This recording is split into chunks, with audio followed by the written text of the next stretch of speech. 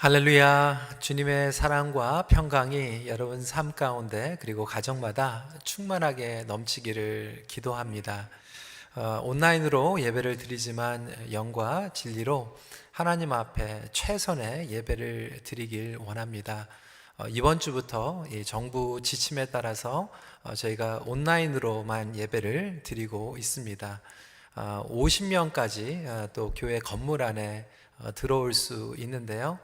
벌써 이 자리에 우리 찬양팀, 그리고 또 영상, 멀티미디어, 그리고 EM, 그리고 교육부, 청년부, 또 온라인으로 이제 내보내는 인원만 해도 어느 정도 이제 그 정도 숫자가 되기 때문에 저희들이 온라인으로만 예배를 드리게 되었습니다.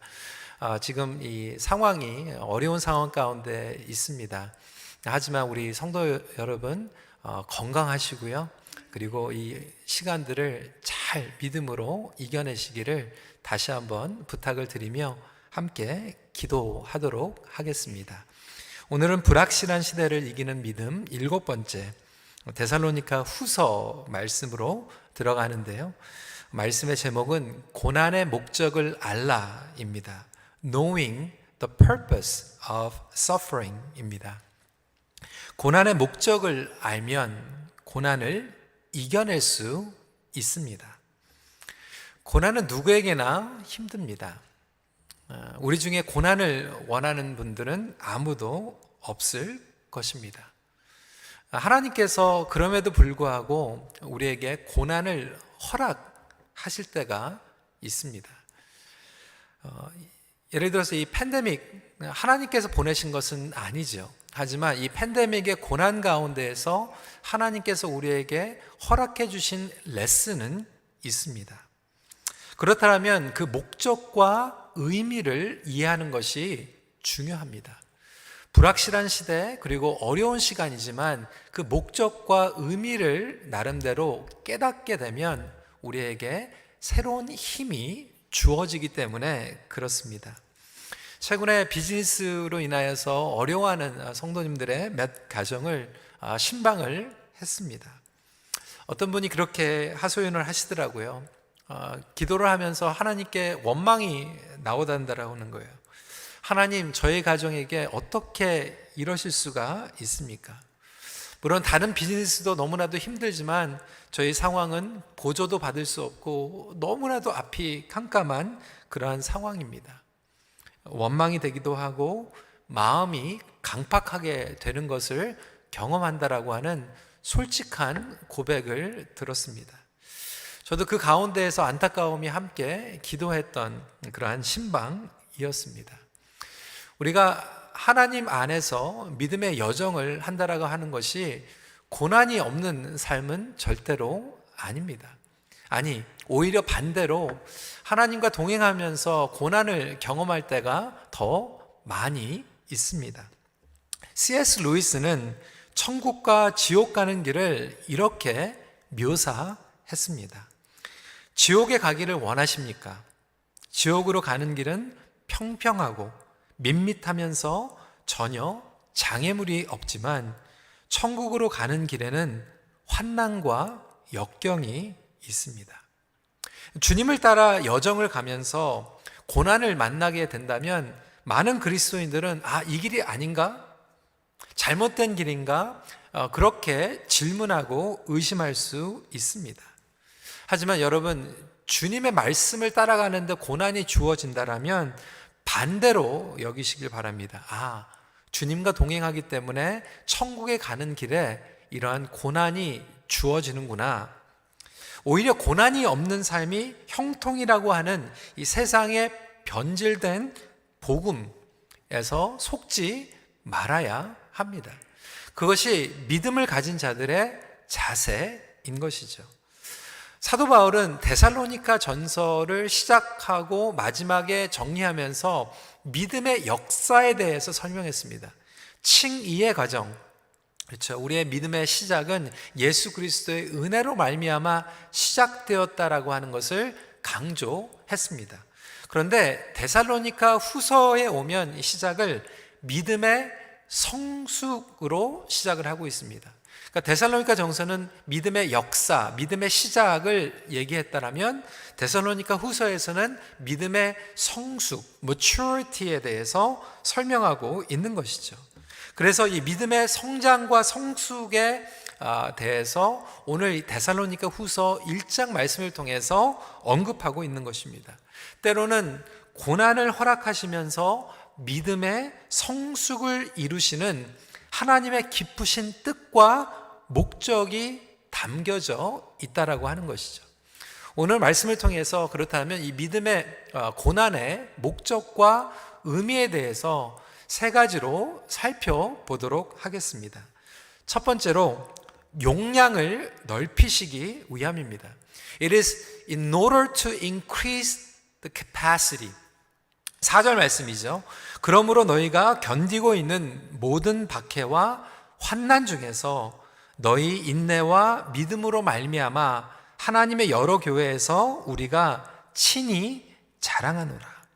이 고난, 박해와 환난을 통해서 사도 바울이 얘기하고 있는 것은 구체적으로 우리의 믿음과 사랑의 용량을 넓혀주신다라고 하는 거예요. 믿음의 용량은 faith capacity입니다. 그리고 사랑의 용량은 love capacity입니다. 믿음과 사랑의 용량은 함께 넓혀 가야 합니다. 한쪽이라도 놓치면 온전한 신앙이라고 얘기할 수 없습니다. 믿음이 자라면 믿음이 자라는 만큼 사랑이 자랄 수밖에 없고요. 사랑이 자라면 사랑이 자라는 만큼 믿음이 자랄 수밖에 없습니다. 어떤 분들은 이 믿음의 용량, 믿음의 그릇이 참 적은 경우를 보게 됩니다. 예수 그리스도를 믿는다라고 얘기하지만 현실적으로 이 땅을 살아가면서는 내가 할 수 있는 것만큼 땅 짚고 헤엄치는 것 같은 그러한 신앙생활을 할 때가 있습니다. 내 자신이 있는 것만큼, 내 능력이 되는 것만큼만 살아가는 거예요. 그래서 내가 가지고 있는 것 중에서 손해보지 않을 만큼의 믿음으로 살아갑니다. 직장 생활도 그렇게 하고요. 그리고 재정도 마찬가지고요. 그러니까 하나님을 믿고 그 믿음대로 결정을 내리는 것이 아니라 내가 가지고 있는 것이 얼마만큼인가 그것을 계산하고 그 정도만큼만 살아가는 것이죠. 전능하신 하나님을 믿지도 못하고 공급하시는 하나님을 믿지도 못하고 치유하시며 우리에게 회복하시고 용서하시고 이 관계를 화목하게 해주시는 하나님을 믿지도 못하는 거예요. 내가 용서하지 못하면 용서할 수 없는 거고 내가 가지고 있지 않으면 못하는 거예요. 맡기지 못하기 때문에 늘 내가 가지고 있는 자그마한 믿음의 그릇, 용량, 이 사이즈의 믿음을 뛰어넘지 못하게. 여러분 성경을 보세요. 물질이 없으면요 예수님께서 축복해 주시고 공급해 주십니다. 몸이 약하면요 예수님께서 안수해 주시고 고쳐 주실 때가 있어요. 관계가 망가지면요 예수님께서 화목과 용서를 통해서 치유해 주십니다. 그런데 제자들을 보니까요 믿음이 없으면 응답이 이루어지지 않죠. 믿음이 없으면 오히려 책망하십니다. 다시 말해서 우리의 삶 가운데서 몸이 아플 수도 있고 재정이 부족할 수도 있고 어려운 관계와 상황 가운데 처할 수도 있지만 그것들은 하나님께서 치유해 주시고 회복해 줄 수 있지만 믿음이 없으면 답이 없다라는 거예요. 여러분 인생은요 공식이 아닙니다. 포뮬러가 아니에요. 칼큘레이션이 아닙니다. 인생은 믿음입니다. 그래서 우리의 가정을 꾸려나가면서 이 가장의 믿음의 용량이 너무나도 중요합니다. 이 부모들의 믿음의 용량이 그릇이 작으면요 우리 자녀들을 믿음으로 담아낼 수가 없지요. 목장을 인도해 가면서 목자의 믿음의 용량은 너무나도 중요합니다. 그 믿음의 용량이 없으면 목원 식구들을 담아낼 수가 없고 꿈과 비전을 꿀 수도 없습니다. 교회 목회자도 마찬가지고 지도자의 용량도 마찬가지입니다. 그 용량이 너무나도 작으면 그 다음 단계로 성장하거나 성숙하기가 힘듭니다. 제가 그래도 너무나도 감사했던 것은 지지난주에 그 구원을 이루라라고 하는 설교와 지난주에 또 예수 그리스도의 재림에 대한 설교를 증거하면서 우리 KM 목장에서도 그런 얘기를 들었고, 심지어는 우리 EM 목장에서도 그런 얘기를 들었어요. 목자가 정말로 이번 기회에 우리 목원 식구들이 구원의 확신이 있는지, 정말로 그 확실한 그 영생과 그 부활에 대한 그러한 약속을 붙잡고 있는지 확인하겠다라고 하는 그러한 결정을 하고 결단을 하고, 어떤 가정은 정말로 남편이 돌아가시기 전에, 아니면 부모님이 돌아가시기 전에 다시 한번 그들의 그 구원, 그리고 하나님과의 그 관계를 재점검하는 그런 시간을 갖게 되었다라고 하는 이야기를 너무나도 많이 들었습니다. 그것이 바로 우리의 가정과 우리의 교회, 이 믿음의 용량과 관계가 있다라고 하는 거예요. 그래서 하나님께서는 때로는 이 고난을 통해서 우리의 작은 용량, 그리고 내 그릇밖에 안 됐던 그 믿음의 용량을 넓게 만드십니다. 아직도 하나님을 제한하고 계십니까? 여러분의 믿음의 용량 때문에 하나님께서 부어주시는 꿈과 비전과 그 말씀을 담아내지 못하고 순종하지 못하고 계십니까? 이 시간에 하나님께서 여러분들의 믿음의 용량을 넓혀주시는 놀라운 계기로 삼으시길 주님의 이름으로 축원합니다. 그러다 보니까 믿음에 의한 결정을 내리지 못하는 거죠. 사사건건 어떤 일을 만나도 내가 할 수 있는 만큼만 하면서 살아가는 것이죠. 믿음의 용량도 중요하지만 또 사랑의 용량도 중요하다라고 말씀을 드렸습니다. How do we measure? 용량이 적은 경우가 너무나도 많이 있어요. 나 자신을 뛰어넘지 못하는 경우가 대부분이지 않습니까? 어떤 분들은 믿음의 용량은 넘습니다. 하나님을 잘 믿어요. 믿습니다. 그리고 그 믿음 가지고 잘 밀어붙입니다. 그 믿음 가지고 순종도 잘합니다. 그런데 다른 사람들을 사랑하지 못합니다. 자기를 뛰어넘지 못하는 거죠. 자기와 다른 사람들을 사랑하지 못합니다. 나랑 다른 방식에 살아가는 사람들, 나랑 다른 기질, 나와 다른 성향, 다른 관점과 의견을 가지고 있는 사람들을 사랑하지 못하는 거죠. 어떤 분들은 자라나면서 정말로 어뷰스를 당한 분들이 계세요. 정말로 피해의식 가운데 살아가는 분들이 있어요. 그런 피해의식 가운데 살아가다 보니까 어떠한 사건만 생기면 자기 위주로 생각하게 되는 거죠. 나에게 이런 어려움이 있었다. 나에게 이런 아픔이 있었다. 나에게 이런 분노가 있다. 내가 화난다. 내가 싫다. 나에게 불편하다.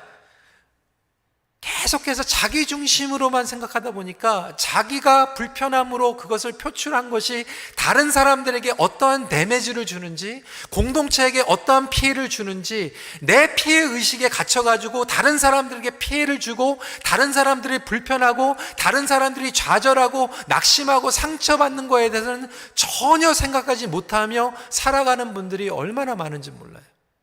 사랑의 용량이 작기 때문에 그래요. 사랑의 그릇이 작기 때문에 그런 거죠. 그래서 본인이 너무나도 프레자일한 거예요. 깨지기가 너무나도 쉬운 거예요. 심지어는 교회 안에서 오랫동안 섬긴 지도자인데도 불구하고 내가 불편하면 그냥 불편한 거예요. 다른 사람들이 불편하든 다른 사람들이 힘들든 상관없이 그것을 표출하고 내던지는 경우들이 얼마나 많이 있는지 모릅니다. 자기 내면 안에 있는 문제들을 해결하지 못하다 보니까 다른 사람들을 온전히 담아낼 수도 없고 사랑할 수도 없게 되는 거죠. 사도 바울은 데살로니가 교인들에게 이 고난과 박해와 핍박을 통하여서 하나님께서 믿음과 사랑의 용량을 넓혀주시길 원한다라고 도전하고 있는 것이죠. 여러분, 이러한 하나님의 선하신 능력과 영광이 여러분들의 믿음과 사랑을 통하여서 온전히 증거되기를 주님의 이름으로 기도합니다. 십자가의 요한은 이렇게 얘기했습니다. 그리스도를 위해 고난 받은 줄 모르는 사람이 무엇을 안단 말인가? 여러분, 그리스도의 고난을 알지 못하면 그리스도를 알 수가 없어요. 그리스도를 알 수가 없으면 인생의 목적을 알 수가 없지요. 이 고난을 알지 못하면 인생을 모르기 때문에 믿음을 가질 수도 없고 사랑을 할 수도 없다라고 하는 거예요. 여러분, 고난 가운데 혹시 하나님께서 저와 여러분, 그리고 여러분 가정, 그리고 공동체에 믿음과 용량을 넓혀주고 계시는 부분들은 있지 않습니까? 곰곰이 생각하는 그러한 축복의 계기가 되기를 바랍니다. 두 번째로, 합당한 자로 만들기 위함입니다. 5절 말씀 같이 읽도록 하겠습니다. 같이 한번 읽어볼까요? 시작. 이는 하나님의 공의로운 심판의 표요 너희로 하여금 하나님 나라에 합당한 자로 여김을 받게 하려 함이니 그 나라를 위하여 너희가 또한 고난을 받느니라. 여기에서 보면 하나님 나라에 합당한 자로 만들기 위함이라고 기록되어 있습니다. 여러분, 우리 하나님은요, 우리가 준비되어 있기 때문에 부르신 게 아니죠. 우리를 먼저 은혜로 부르시고 난 후에 합당한 자로 만들어 가십니다. 저와 여러분들이 합당한 자이기 때문에 구원을 받은 게 아니지만 구원을 받았기 때문에 합당한 자로 그 다음부터 만들어 가시는 거예요. 여러분이 합당한 자였기 때문에 아버지가 된 게 아니고 어머니가 된 게 아니죠. 그렇지만 아버지로 먼저 부르시고 합당한 아버지가 되도록 만들어 가시는 거죠. 우리를 자녀로 부르시고 만들어 가시는 것이 하나님의 영적인 법칙입니다. 하나님의 방법입니다. 문제는 이것을 우리는 머리로는 너무나도 잘 알고 있는데 그럼에도 불구하고 고난을 회피합니다. 왜? 우리의 삶 가운데 고난은 안정감을 위협하기 때문에 그렇습니다. 우리의 security하고 comfort zone을 위협하는 거예요. 흔들어 버립니다. 편안한 삶과 안정감이 있는 삶을 우리는 원하고 있어요. 이것이 바로 인간적인 마음입니다. 여러분, 진짜 군인이 되려면요, 고난의 훈련을 감당해야지만 진짜 군인이 됩니다. 심지어는 소방소, 경찰관이 되려고 해도 진짜 소방소 또 경찰이 되려면 고난의 훈련을 감당해야 됩니다. 운동선수도 마찬가지입니다. 정말로 탁월한 운동선수가 되기 위해서는 고난의 훈련을 통과해야만 합니다. 제자의 삶도 마찬가지입니다. 십자가의 고난이 없이 제자가 될 수 없습니다. 중요한 질문은 이것입니다. 무엇을 위해서 고난을 받고 있는가? 우리가 예수 그리스도의 십자가 때문에 고난을 받고 있는가? 아니면 나의 욕심, 죄, 정욕 때문에 고난을 받고 있는가? 어떤 분은 직장을 다니다가 성질을 죽이지 못해가지고 다 때려치고 직장을 그냥 그만두신 분들이 있을 수도 있어요. 그리고 나서 막 1년 동안 잡을 찾지 못하는 거죠. 그 고난은 성질 때문에 생긴 고난이에요. 내가 유혹 때문에 죄를 짓고 죄에 중독이 돼가지고 오는 어려움은 죄로 인하여서 오는 고난이죠. 그것은 하나님의 나라와 상관이 없는 고난일 수 있지만 그럼에도 불구하고 하나님께서는 그 고난의 시간을 통하여서 우리를 정화시키시는 기회로 삼으신다라고 하는 거예요. 우리 안에 있는 불순물들이 얼마나 많이 있는지 몰라요. 우리가 하나님의 자녀로 부르심을 받았지만 우리 안에 더러운 찌꺼기들이 얼마나 많이 있는지 몰라요. 제가 이번 주에 어느 책 주석을 보면서 거기에 불순물 제거에 대한 이런 글이 있더라고요. 저는 금광석에 대해서 이야기를 많이 들었지만 이 부분이 저에게 눈에 많이 들어왔습니다. 1톤의 광석에 여러분 2g의 금이 함유되어 있으면 그것을 금광석이라고 얘기를 한다는 거예요. 여러분 생각을 해보세요. 1톤이면 얼마입니까? 그 1톤에 2g만 있어도 금광석이라고 얘기를 한다라고 하는 거예요. 그러니까 반대로 뒤집어서 설명을 하자면 1톤의 금광석에 불순물이 999,998 g램이 불순물이 있어도 이것이 금광석이 될 수 있다라고 하는 거예요. 여러분 한번 생각을 해보세요. 이 불순물을 제거하고 순수한 2g의 순금을 얻기 위해서는 6,000도가 넘는 용광로에 여러 번 재련을 한다라고 하는 거예요. 그러니까 금강석이 용광로에 던져질 때 순금이 되어서 나오게 되는 것입니다. 여러분 놀랍지 않습니까? 그게 바로 저와 여러분들이에요. 저와 여러분들 안에 솔직하게 99%, 98%의 불순물이 있지는 않습니까? 그럼에도 불구하고 칭이라고 하는 것은 예수 그리스도의 보혈로 말미암아 우리를 의롭다라고 말씀하셨지만 우리 안에 아직도 98%, 99% 있는 이기주의, 교만, 욕심, 그 더러운 불순물들을 하나님께서는 이 용광로에 우리를 때로는 집어넣으시고 우리와 함께 하시면서 하나씩 하나씩 불순물들을 제거하고 계시는 것들은 아닐까요? 그럴 때 우리는 하나님을 원망합니다. 하나님, 나에게 어떻게 이렇게 하실 수가 있어요? 하지만 하나님 입장에서는 우리 안에 있는 불순물들을 아직도 보고 너에게 아직 제거해야 할 것들이 너무나도 많구나. 때로는 우리의 결정이 하나님의 뜻이 아니라 나의 욕심 때문에 결정한 것들은 없습니까? 나의 인간적인 욕망과 성공과 나의 인간적인 그 재정적인 욕심과 그리고 또 다른 사람보다 더 이기적 가지고 욕심을 가지고 결정했기 때문에 왔던 고난들이라면 하나님께서는 그 고난을 허용하시면서 그것을 통하여서 내가 가지고 있었던 그 욕심과 기도 바깥에 하나님 말씀의 바깥에서 결정했던 그 모든 것들을 보여주시고 하나씩 하나씩 제거하는 그러한 과정일 수도 있다라고 하는 것이죠. 고난을 통과하면 할수록 순금이 되는 것 같이 믿음의 순도 그리고 사랑의 순도가 달라질 수 있습니다. 내가 누구를 사랑했어요. 그리고 잘해줬어요. 그런데 나에게 오는 배신감이 올 수도 있어요. 섭섭함, 서운함이 올 수도 있어요. 고난스럽죠. 고통스럽죠. 그런데 그 고통을 하나님께서 허락해 주시는 이유는 그 고통을 통하여서 네가 사랑한 것이 너를 위해서 사랑했느냐 아니면 정말로 그 사람을 위해서 사랑했느냐, 네가 그 사람을 섬겼던 것이 무엇을 얻기 위해서 섬겼는가 아니면 정말로 순수하게 나의 영광과 그 사람을 축복하기 위해서 섬겼는가. 그 사랑의 순도 그리고 믿음의 순도를 이 시간을 통해서 보여주시는 것은 아닐까요? 때로는 우리가 목장에서 그리고 교회에서 헌신하고 섬기죠. 그리고 때로는 안 좋은 결과 또 섭섭한 결과가 찾아올 때도 있어요. 하나님 어떻게 이럴 수가 있습니까? 그런데 그때 하나님께서는 우리에게 보여주시는 거죠. 그래? 그렇지. 네가 결국은 너를 위해서 섬겼던 거지. 너의 이름을 위해서 섬겼던 거지. 네가 인정받기 위해서 섬겼던 거지.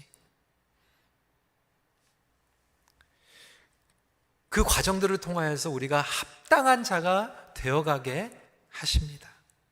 그러면서 우리 안에 아직도 여전히 철철 넘치면서 다스리고 있는 죄를 무기력하게 만드십니다. 욥기 23편 10절 말씀, 그러나 내가 가는 길을 그가 아시나니 그가 나를 단련하신 후에는 내가 숨금같이 되어 나오리라. 성도 여러분, 고난을 통과하고 계십니까? 저와 여러분들이 숨금과 같이 나오는 놀라운 역사가 일어나길 다시 한번 주님의 이름으로 축원합니다. 그래서 고난을 통하여서 때로는 우리의 믿음과 사랑의 용량을 넓혀주실 뿐만이 아니라 내 안에 있는 더러운 불순물들을 제거하시면서 우리가 하나님 자녀로 예수 그리스도의 제자로 합당한 자가 되어가도록 만들고 계신다라고 하는 거죠. 여러분, 그렇다고 모두가 고난을 거치며 순금이 되는 것은 아닙니다.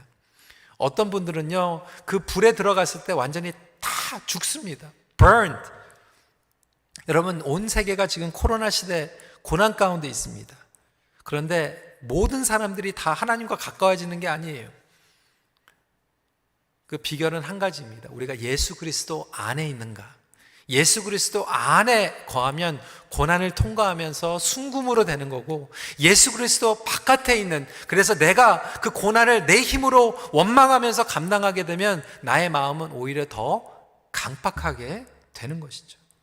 저와 여러분들이 예수 안에서 이 고난의 시간을 잘 견뎌내기를 주님의 이름으로 기도합니다. 세 번째, 안식을 주시기 위함입니다.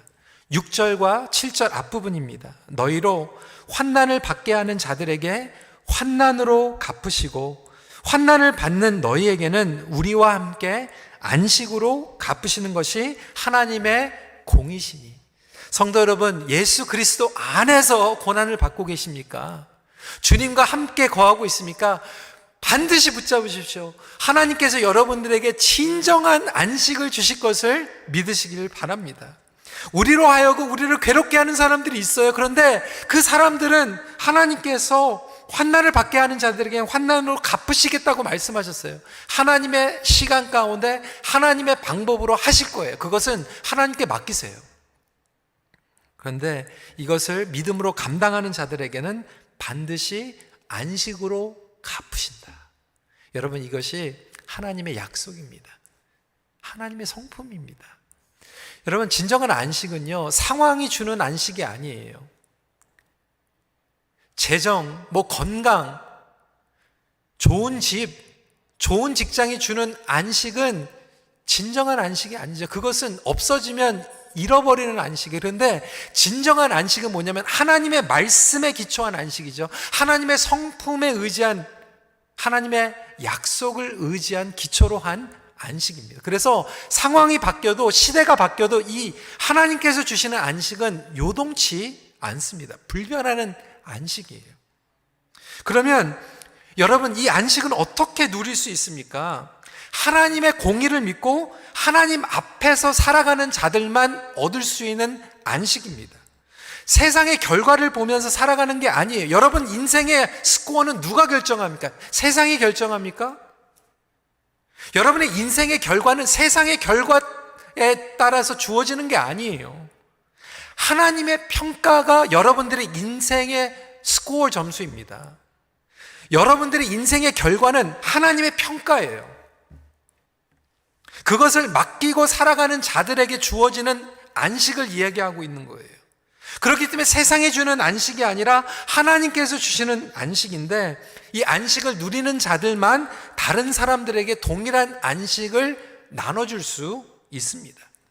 그렇다면 이 안식은 어떻게 누릴 수 있을까요? 사도 바울은 오늘 말씀을 통해서 두 가지 이야기하고 있어요. 재림신앙과 기도예요. 이게 무슨 얘기냐면, 정말로 예수님께서 다시 오실 것을 믿는 사람들은 고난을 통과하면서도 안식을 누릴 수 있다라고 하는 거예요. 하지만 예수님을 기다리는 그 과정 가운데서 우리를 그냥 놔둔 것이 아니라 성령님의 역사를 우리가 경험할 수 있는, 그것은 바로 기도를 통한 안식입니다.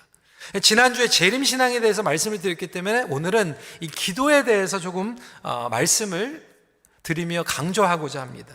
11절 말씀입니다. 이러므로 우리도 항상 너희를 위하여 기도함은 우리 하나님이 너희를 그 부르심에 합당한 자로 여기시고 모든 선을 기뻐함과 믿음의 역사를 능력으로 이루게 하시고, 고난 가운데서도 모든 선을 이루시는 것, 그리고 우리에게 기쁨과 믿음의 역사를 주어지시는 통로를 주셨는데, 그 특권을 주셨는데, 그 특권과 통로는 기도라는 거예요. 여러분, 하늘이 무너져도 기도할 수 있습니다. 여러분들이 재정이 어렵고 몸이 힘들어도 기도할 수 있습니다. 그것은 하나님의 최선의 방법인 줄 믿으시기 바랍니다. 고난 가운데 있는 최선의 방법, 최고의 방법은 하나님의 도우심을 구하는 것이고, 그 도우심을 통해서 우리에게 돌파구, 브레이크스루를 허락해 주십니다. 여러분, 그래서 기도는요, 능력입니다. 기도는 상황을 바꾸기도 하지만 우리의 생각과 자세를 바꿔주는 능력입니다. 구체적으로 그 기도의 힘이요, 여러분, 관계 가운데 고난을 겪고 계시는 분들이 있잖아요. 여러분을 어렵게 하시는 분들이 있잖아요. 누구를 미워할 때가 있어요. 근데 정말로 미워하다가도요, 기도를 하다 보면요, 그 사람을 향한 긍휼함이 생기게 됩니다. 여러분, 그런 거 경험해 보셨죠? 너무나도 억울하고 분통해가지고 막 기도하기 시작했는데, 기도하다 보니까 그럴 수도 있겠지 라고 마음이 열릴 때가 있어요. 때로는 고난이 깊은 바다로 표현이 됩니다. 긴 터널이라고 표현이 되기도 합니다. 여러분, 깊은 바다로 들어가잖아요. 긴 터널을 지나가고 있잖아요. 그러면 답이 안 보여요.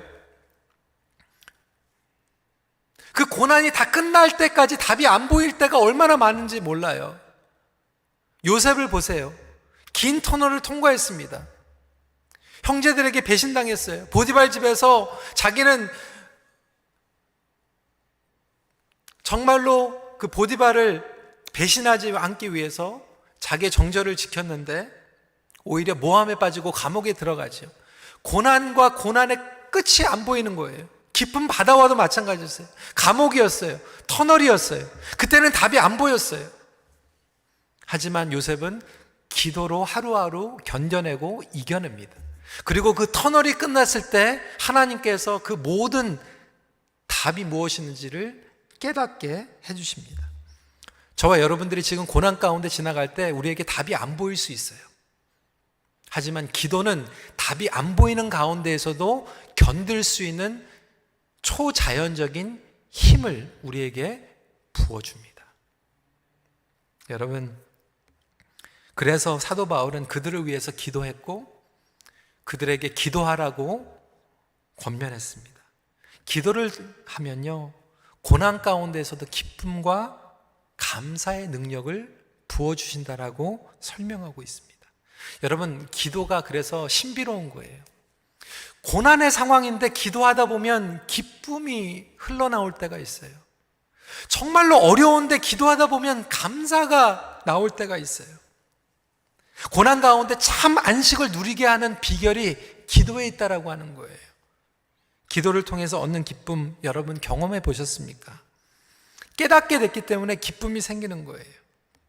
여러분, 다시 일어날 수 있는 용기를 기도를 통해서 하나님께서 부어주십니다. 무기력함 가운데 계십니까? 절망감 가운데 계십니까? 허탈감 가운데 계십니까? 그 가운데 사로잡혀 계신 분들이 복음의 능력과 기쁨과 감사가 다 메말라져 있다라면 여러분, 무릎 꿇으십시오. 기도의 자리로 나가십시오. 왜? 내 안엔 힘이 고갈되어 있기 때문에 그렇죠. 그런데 기도하는 시간, 하나님께서 오늘 이길 수 있는, 그리고 나의 삶 가운데 무너져 있는 것들을 다시 고칠 수 있는 용기를 허락해 주십니다. 루디아드 키플링, 아주 유명한 영국의 작가지요. 우리 아이들이 좋아하는 정글북을 쓴 저자이기도 합니다. 이렇게 얘기를 했어요. 내가 평생을 바친 것이 무너진 것을 보고도 낡은 연장을 집어들고 다시 세우려는 의지가 있다면 비로소 너는 어른이 된 것이다. 여러분들이 평생 이루었던 비즈니스가 위태합니까? 여러분들이 정말 소중하게 여겼던 관계들이 고난 가운데 계십니까? 건강을 잃었습니까? 그때 포기하지 않고 다시 연장을 집을 수 있도록 능력을 주는 것은 기도의 힘입니다. 오늘 말씀을 마무리하면서 제가 저를 멘토링 해주시는 우리 강준민 목사님 목회 서신 함께 좀 나누고 마무리하고자 합니다. 우리 강 목사님께서 매주 저에게 목회 서신을 보내주시는데 특별히 이번 주 목회 서신이 너무나도 마음에 닿아서 제가 성도들에게 나눌 수 있도록 허락을 받고 앞부분을 좀 읽어 드리도록 하겠습니다. 목사님께서 11년 전에 목회를 실패하시고 어려운 가운데 계셨을 때 어떻게 하나님께서 만져주셨는지 성도들에게 나누는 그런 내용 여러분들과 나누길 원합니다. 제가 읽어드리겠습니다. 저는 11년 전에 목회자로서 제 생애가 무너지는 것을 경험했습니다. 목회자로서 실패를 경험한 것입니다. 모든 것을 다 잃어버린 것 같은 경험을 했습니다. 모든 것을 다 내려놓아야 했습니다. 빈손이 됐습니다. 빈손 위에 더해진 것은 엄청난 변호사비였습니다. 저희 가족에게는 큰 빚이었습니다. 중요한 것은 제가 어떻게 이런 상황을 받아들이고 반응하느냐에 있었습니다. 저는 늘 사건보다 중요한 것은 해석이라고 말했습니다. 사건보다 중요한 것은 사건에 대한 반응이라고 말했습니다. 하지만 제 자신이 어려움에 처하는 순간 긍정적으로 해석하고 반응하는 것이 결코 쉽지 않았습니다. 우선 제 자신이 수치심에 괴로워했습니다. 사람들이 저만 보는 것 같아서 외출하는 것이 싫었습니다. 저는 고통스러운 상황을 어떻게 해석하고 반응할 것인지 선택해야만 했습니다. 하나님의 은혜로 제가 선택한 것은 감사였습니다. 저는 한 주일에 한 편의 감사에 관한 글을 써서 국민일보에 보냈습니다. 제가 드린 감사는 역설적인 감사였습니다. 사람들이 생각할 때 감사할 수 없는 것들을 역설적으로 감사하는 것이었습니다. 먼저 실패에 대해 감사했습니다. 저의 실패를 깊이 생각해 보니 그렇게 나쁜 것이 아니었습니다. 실패는 저를 겸손하게 만들었습니다. 저를 신중하게 만들었습니다. 실패는 무엇이 제게 부족한가를 알도록 도와주었습니다. 또한 실패를 통해 실패의 아픔을 겪는 사람들의 마음을 이해할 수 있었습니다. 제가 감사를 선택했을 때 하나님은 좋은 분들을 많이 보내주셨습니다. 그래서 새생명 비전교회가 탄생했습니다. 교회가 시작된 지 1년 후에 제가 책임지기로 한 변호사에 비해 90%를 탕감받았습니다. 하나님의 은혜였습니다. 놀라운 기적이었습니다. 그 후 제 아내가 3년 동안 남은 변호사비를 매달 나누어 갚았습니다. 우리 가족이 빚을 모두 갚은 바로 그날, 하나님은 교회에 20에이커의 땅을 선물로 허락해 주셨습니다. 여러분, 제가 다 읽어드리지는 못하지만 이 말씀을 전하면서 제 포인트는 땅이 아니에요. 여러분, 어려운데 또 기도하고 감사할 때 또 땅이 생겼다, 이런 기복신앙 말씀드리는 게 아니에요. 교회가 부흥했더라 이 말씀하는 게 아니에요. 상황을 뛰어넘는 하나님의 회복, 고난 가운데 감사할 수 없는, 기쁠 수 없는 그 상황 가운데에서 기도로 나갔을 때 하나님께서 깨닫게 해주신 그 기쁨과 감사, 그것은 바로 우리에게 준, 세상이 줄 수 없는 안식이라고 하는 것이죠. 성도 여러분, 목적을 알아도 고난은 쉽지 않습니다. 고난의 바다, 고난의 터널, 하나님 안에서 기쁨과 기도로 지나갈 수 있는 은혜를 사모하십시오. 성령님을 통하여서 부어주시는 은혜를 갈망하십시오. 우리 성도님들 가운데에서 고난을 통과하고 계시는 분들이 정말 많습니다. 하지만 여러분들 그 고난 가운데에서 숨겨져 있는 의미와 목적을 깨달아 여러분들의 믿음과 사랑이 더 넓혀질 뿐만이 아니라 여러분 안에 있는 불순물이 합당한 자가 되고 영원한, 그리고 주님께서 주시는 안식을 누리는 가운데 주님 앞에 가까이 나갈 수 있는 저와 여러분들이 되시길 주님의 이름으로 축원합니다. 고난을 낭비하지 마십시오. 같이 기도하겠습니다. 오늘 말씀을 붙잡고 첫 번째로, 여러분 고난 가운데 혹시 여러분들의 믿음의 용량, 사랑의 용량이 넓혀져야 되는 부분이 있습니까? 하나님, 제가 오랫동안 믿었는데 아직 여전히 나의 믿음의 그릇은 너무 작습니다. 내가 할 수 있는 것만큼만 했습니다. 내가 가지고 있는 것만 주님 앞에 드렸습니다. 하지만 주님, 이제 그 믿음의 용량을 이 시간을 통하여서 넓혀주세요. 하나님, 내가 이해하지 못하는 것들은 사랑하지 못했습니다. 나랑 다른 것, 나를 불편하게 했던 것들은 사랑하지 못했습니다. 하나님, 이 시간에 나의 사랑의 용량을 넓혀주고 계십니까? 하나님, 그렇다면 그것을 감사하며 더 주님 앞에 쓰임받는 그러한 믿음과 사랑의 사람이 되게 해주세요. 이렇게 같이 기도하는 시간 갖도록 하겠습니다. 기도하시겠습니다.